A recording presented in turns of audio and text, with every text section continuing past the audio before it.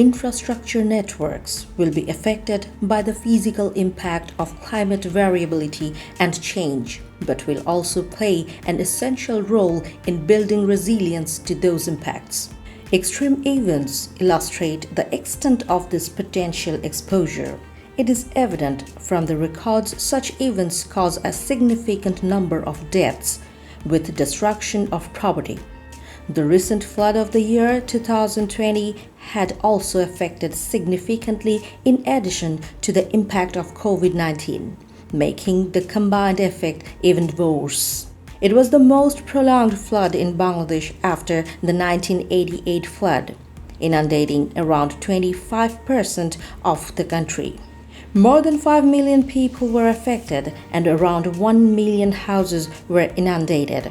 More than 56,000 people were displaced and accommodated in around 1,000 flood shelters in the affected areas. Flooding was the main problem of these areas, and the people of these areas suffered so much during flood. Also, their cattle, paddy fields, houses, and assets were badly affected.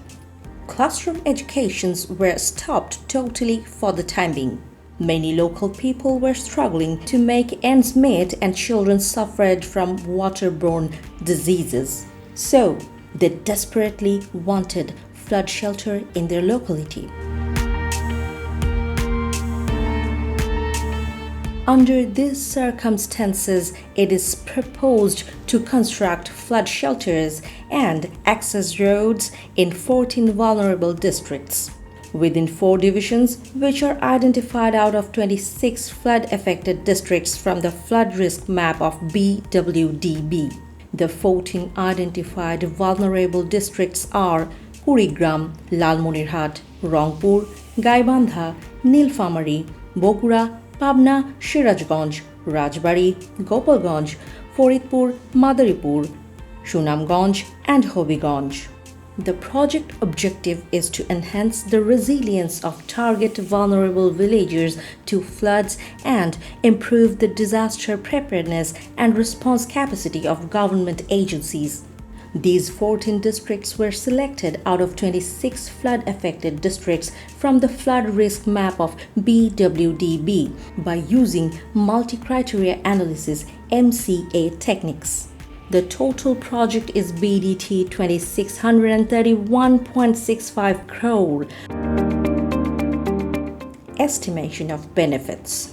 It has been observed that in every year during monsoon, there is flood-prone situation in project location due to geographical position of the Bangladesh. However, there will be substantial economic benefit of the project after intervention. The most likely benefits are 1. Savings in human life. 2. Savings in cattle life. 3. Savings in government expenditure in non-food items.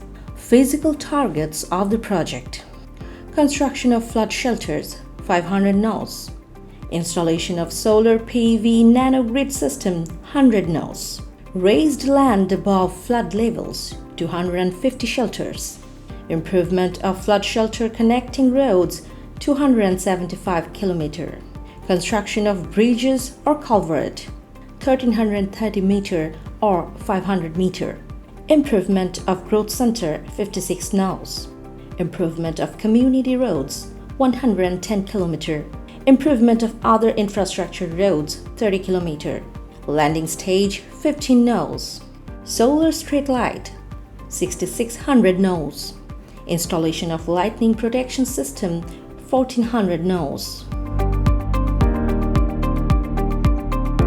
After selecting of 14 districts, feasibility data were collected deploying 100 experienced enumerators to select the flood shelters to be developed by the project.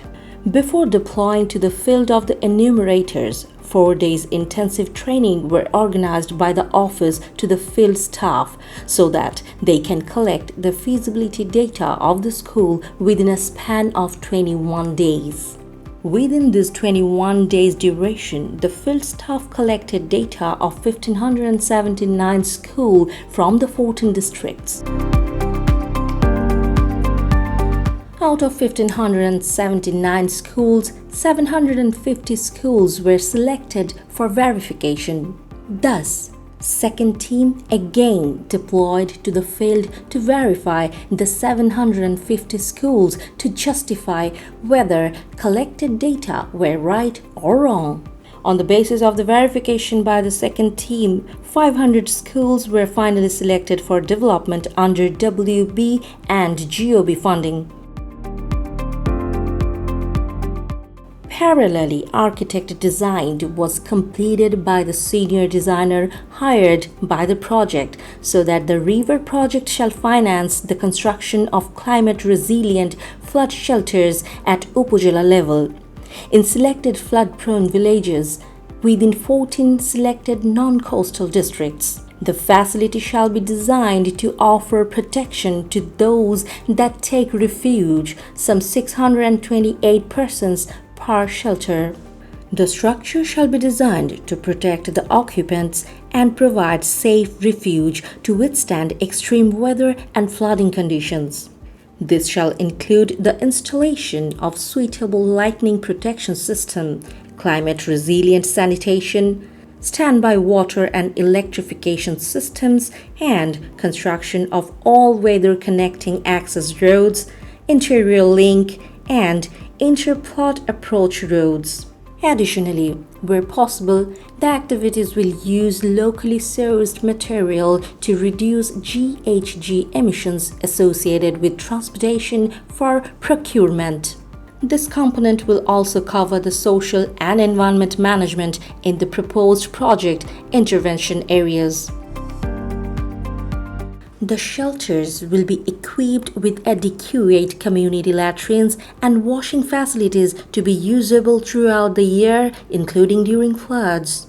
The premises will also be equipped with other wash facilities, including water supply system connected with solar photovoltaic powered pump system, rainwater harvesting system capabilities, water purification and filtration methods for prolonged usage during flood events as well as throughout the year to ensure regular maintenance and longevity to the system. Assessment of the associated environmental and social risks of the project activities was done. Prepared environmental and social management framework, resettlement policy framework, resettlement plan, stakeholder engagement plan, labor management procedure, environmental and social commitment plan, and other necessary environmental and social document following the new environmental and social framework of the World Bank as mentioned in the subsequent sections. Prepare site-specific ESIA reports including ESMPS and RPS for the first 3 packages. Apart from this prepared of detailed designs and bidding documents for the first 3 contracts covering clusters of disaster shelters and other infrastructure intervention as detailed earlier in few districts costing about $50 million in value, along with cost estimates and institutional and implementation agreements. 500 flood shelters providing congenial learning environment and quality education to 143,454 students in a sufficient space in the classrooms have been ensured by the project. The shelters built under the river project will be used as primary schools except for the time of an event of a natural disaster. The project therefore also will have an output of 500 functional government primary schools under Ministry of Primary and Mass Education, and that will have an outcome in human capital development and will potentially have an impact on economic growth. Finally, shelters will exclusively be constructed as primary schools, which allow for multipurpose uses and brings added social benefits to often remote areas. The construction of climate-resilient connecting access roads to the flood shelters will be ensured connectivity of shelters with the existing road network even during prolonged flood periods. This will contribute to the increased accessibility during normal period and will ensure quicker recovery after severe flood events. It is expected that the road levels will be increased with adequate drainage facilities and for other selected interior link roads to be improved for climate and disaster resilience.